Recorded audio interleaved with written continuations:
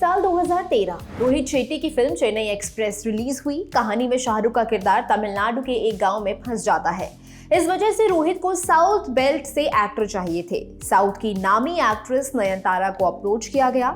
ये दीपिका वाले रोल के लिए नहीं था। चेन्नई एक्सप्रेस के मेकर्स नयनतारा को सिर्फ एक गाने के लिए चाहते थे, लेकिन नयनतारा ने ये रोल करने से मना कर दिया।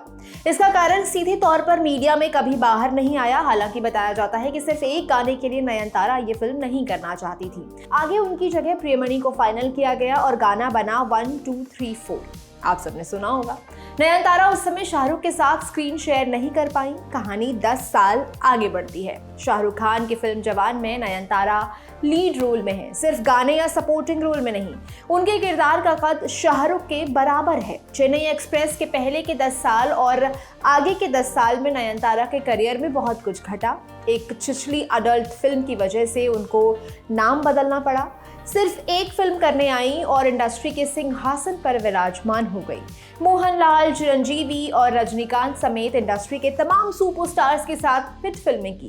सीता का सफल रोल किया और करियर से ब्रेक भी लेना पड़ गया। उनके नाम के आगे लेडी सुपरस्टार का तमगा सबको दिखा, लेकिन उसके पीछे की कहानी से ज्यादातर लोग अनजान हैं। उसी कहानी को थोड़ा करीब से जानते हैं।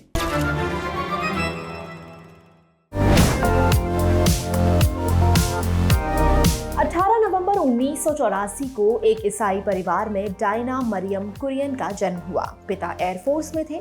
इस वजह से परिवार का लंबे वक्त तक किसी एक शहर में टिक पाना मुमकिन नहीं था।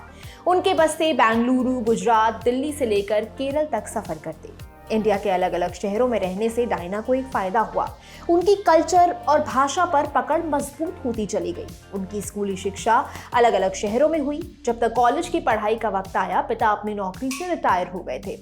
पूरा परिवार केरल के तिरुवल्ला में शिफ्ट हो गया। वहां के मार्थोमा कॉलेज में डायना ने एडमिशन लिया और इंग्लिश लिटरेचर पढ़ने लगी। उनके कॉलेज के टीचर बताते हैं कि डायना की शुरुआत से ही पढ़ाई में रुचि रही। बेसिकली वो अपनी क्लास में फ्रंट बेंच स्टूडेंट थी। अपने कॉलेज के पहले साल में ही उनका राब्ता हुआ मॉडलिंग से। शौकिया तौर पर उन्होंने लोकल मैगजीन और ब्रांड्स के लिए फोटोशूट करना शुरू कर दिया। इस सब के दौरान उन्होंने किसी भी पॉइंट पर अपनी पढ़ाई को पिछली सीट पर नहीं धकेला। इंग्लिश लिटरेचर के साथ उन्होंने सीए की पढ़ाई भी शुरू कर दी। वो कई इंटरव्यूज में कह चुकी हैं कि अगर आज एक्टर नहीं होती तो पक्का सीए बनती। खैर, डायना की लाइफ आगे बढ़ रही थी। वो सेकंड ईयर में पहुंच गई।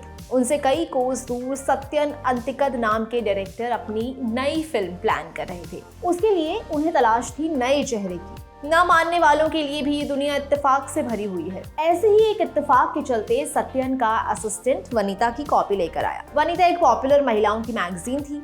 शूटिंग ब्रेक के बीच सत्यन उसके पन्ने पलट रहे थे, तभी उनकी नजर एक एड पर अटक गई।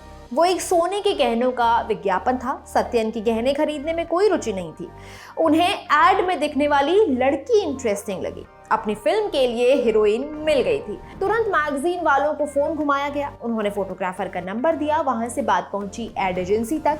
किसी तरह सत्यन की टीम ने डायना को ढूंढ निकाला। सत्यन ने डायना को मनस नकारे नाम की फिल्म ऑफर की। लीड रोल में जयराम थे। डायरेक्टर ने फिल्म के लिए डायना को मना लिया। डायना मानती थी कि वो अच्छी एक्ट्रेस नहीं थी, बस एक फिल्म करके फिल्म इंडस्ट्री को टाटा बाय बाय कर देंगी। उन्हें खबर नहीं थी कि कोई कितना गलत हो सकता है। फिल्म की शूटिंग शुरू हो गई। सत्यन बताते हैं कि डायना हर शॉट के बाद कुर्सी लगाकर उनके बगल में बैठ जाती। उनसे डायरेक्शन और एक्टिंग की बारीकियां सीखती। शूटिंग के दौरान एक दिन सत्यन अपने घर जा रहे थे। रास्ते में उनकी नजर पड़ी एक छिछली अडल्ट फिल्म के पोस्टर पर। उसका नाम था डायना। सत्यन को लगा कि ये उनकी फिल्म को नुकसान पहुंचाएगा। उनकी फिल्म की हीरोइन का नाम किसी अडल्ट फिल्म से नहीं जुड़ सकता। हीरोइन का नाम बदलना होगा। पर्ची पर 3 नाम लिखे गए। उनमें से एक से ही डायना को भविष्य में पहचाने जाने वाला नाम मिलने वाला था। एक नाम फाइनल हो गया। मतलब था तारों जैसी आंखों वाली, यानी नयनतारा। नयनतारा की पहली फिल्म की शूटिंग अभी खत्म भी नहीं हुई थी कि उनकी तस्वीर फाजिल के पास पहुंच गई। डायरेक्टर प्रोड्यूसर फाजिल ने उन्हें कास्ट कर लिया। बता दें कि वो इंडियन सिनेमा के कद्दावर एक्टर फहद फाजिल के पिता हैं। फाजिल ने नयनतारा के साथ विस्मया थुम्बथु नाम की फिल्म बनाई। सामने थे मोहनलाल जैसे बड़े एक्टर। नयनतारा सिर्फ एक फिल्म करने इंडस्ट्री में आई थी, लेकिन यहाँ उनकी दोनों फिल्में बॉक्स ऑफिस पर सुपरहिट हो गई। इन दोनों के बाद आई नाटू राजावु ने मलयालम सिनेमा में उनकी हिट्स की हैट्रिक पूरी कर दी। उनका नाम और काम सिर्फ मलयालम सिनेमा तक सीमित नहीं रहने वाला था। तमिल फिल्म इंडस्ट्री से ऑफर आने लगे। तमिल सिनेमा में उनकी पहली फिल्म बनी अय्या। ये फिल्म उनके लिए सीढ़ी बनने वाली थी, रजनीकांत की फिल्म तक जाने वाली सीढ़ी, क्योंकि उस साल उन्हें चंद्रमुखी ऑफर कर दी गई। हर एक्टर के करियर में एक बड़ी फिल्म आती है जिसके बाद उन्हें पीछे मुड़कर नहीं देखना पड़ता। नयनतारा के करियर में चंद्रमुखी वही फिल्म थी। रजनीकांत की स्टार पावर के चलते चंद्रमुखी 800 दिनों तक सिनेमाघरों में चली।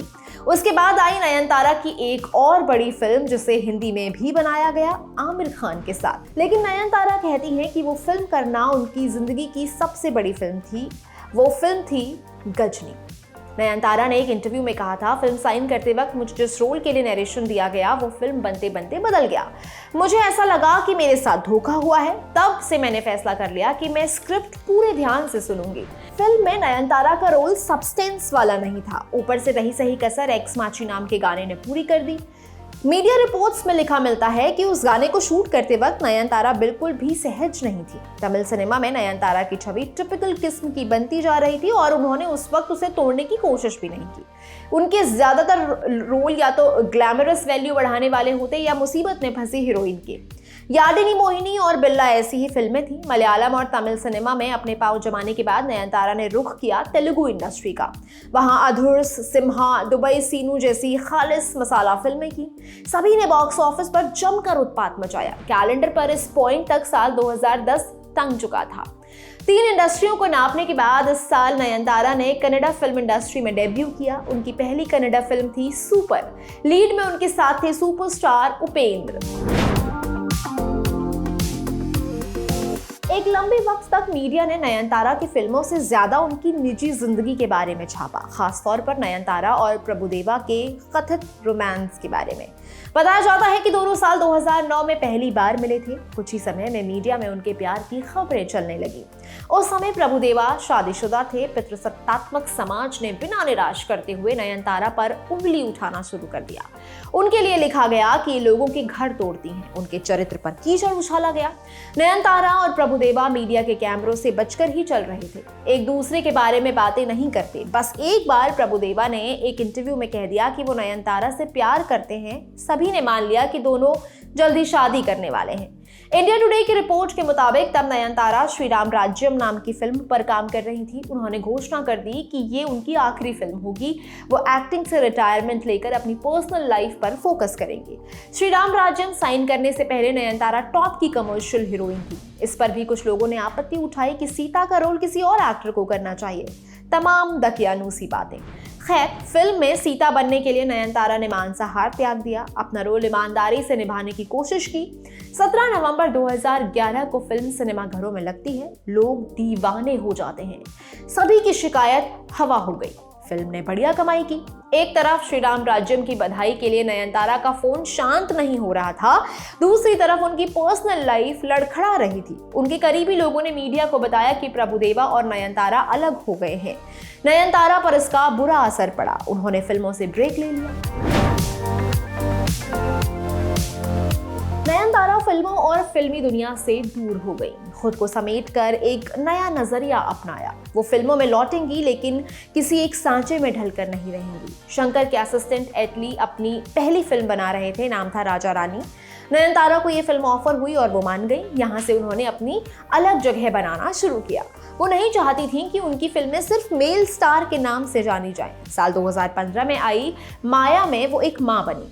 अरब में वो एक डिस्ट्रिक्ट कलेक्ट्रेट थी जिसकी टक्कर बाहुबली नेताओं से थी। आयरा में उन्होंने जर्नलिस्ट का रोल किया। वहीं नानुम राउडी धा में उनके किरदार को सुनने की समस्या थी। बेसिकली ये ऐसे किरदार थे जिनके पास कुछ सब्सटेंस था। सोसाइटी में और अपनी दुनिया में इनकी अलग जगह थी। हवा का रुख बदला। अब फिल्में नयनतारा के नाम पर बिकने लगी। उनकी फिल्मों के सुबह 3 बजे शो लगने लगे। फैन क्लब बन गए। लेडी सुपरस्टार की उपाधि से नवाजा गया। फिल्म पत्रकारों का मानना है कि नयनतारा कमर्शियल और क्रिटिकल दोनों फिल्मों में सही बैलेंस बनाकर चल पाई। इसी वजह से पिछले 20 सालों में कोई उन्हें रिप्लेस नहीं कर पाया है। मलयालम, तमिल, तेलुगु और कन्नड़ा सिनेमा के बाद अब वो हिंदी मार्केट को भी अपने लिए खोल रही है। जवान से उन्होंने बॉलीवुड में कदम रखा है। ये पूरी जानकारी आपके लिए जुटाई थी मेरे साथी यमन ने। मैं हूं गरिमा। आप देख रहे हैं ललन टॉप सिनेमा। शुक्रिया।